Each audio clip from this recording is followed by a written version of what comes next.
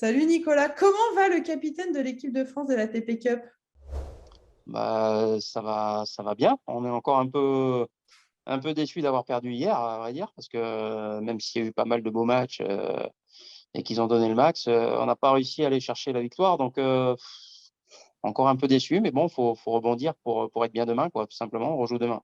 Ouais, il y a de la déception, mais il y a aussi de la satisfaction, toi, en tant qu'entraîneur d'Hugo Humbert, avec cette belle performance qu'il attendait et que vous attendiez, j'imagine, depuis pas mal de temps. Oui, c'est sûr que la fin de saison a été très difficile. Hugo était vraiment dans un, entre guillemets, dans un sale état.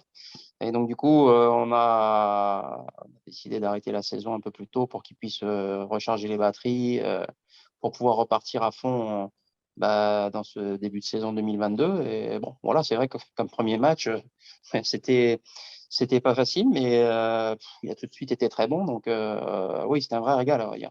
C'était un gros match, en plus, un gros combat qui se finit au tie-break du troisième. Donc, c'était top. C'était vraiment top. Tu dois être content, toi aussi, en tant qu'entraîneur, de voir que ça valide aussi tout le travail qui a été effectué cet hiver, qui commence de cette manière et qui plus est, il n'est pas joué depuis début août. Donc, autant dire qu'on se dit que le travail aussi, là, en tant que coach, même si c'est que le début, attention, ça reste qu'un match, mais tu dis que le travail est plutôt bien fait. Oui, exactement. À vrai dire, le plus important, c'est pour lui, à vrai dire, parce que quand même, ça faisait un bon moment qu'il avait des très mauvaises sensations sur le terrain. Physiquement, il se sentait pas bien, il se sentait complètement sans énergie. Et là, voilà, il a pu faire 3 heures à ce niveau-là en se sentant plutôt bien, même s'il était fatigué, hein. Ouais, mais bon, il a pu tenir, il a pu jouer jusqu'au bout.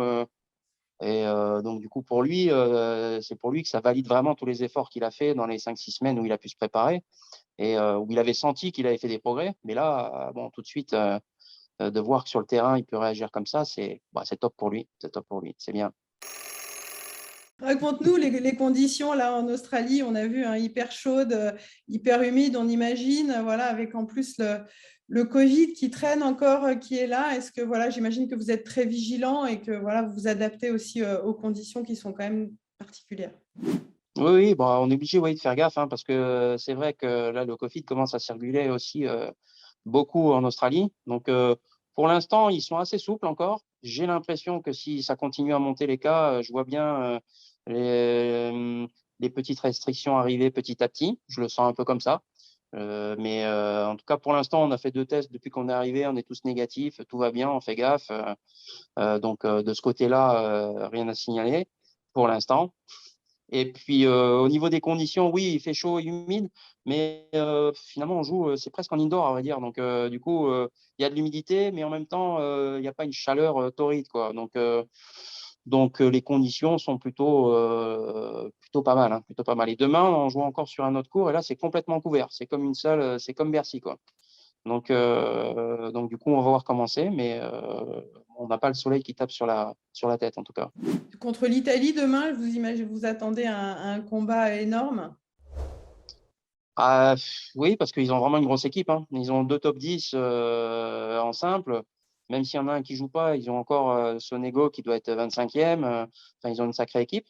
Donc voilà, oui, oui, on est prêt. On va essayer de créer la surprise, tout simplement. Ils sont favoris sur le papier, mais on va vendre chèrement notre peau. Et j'espère qu'on va avoir des beaux matchs et qu'on va aller chercher la rencontre pour nous remonter un peu le moral.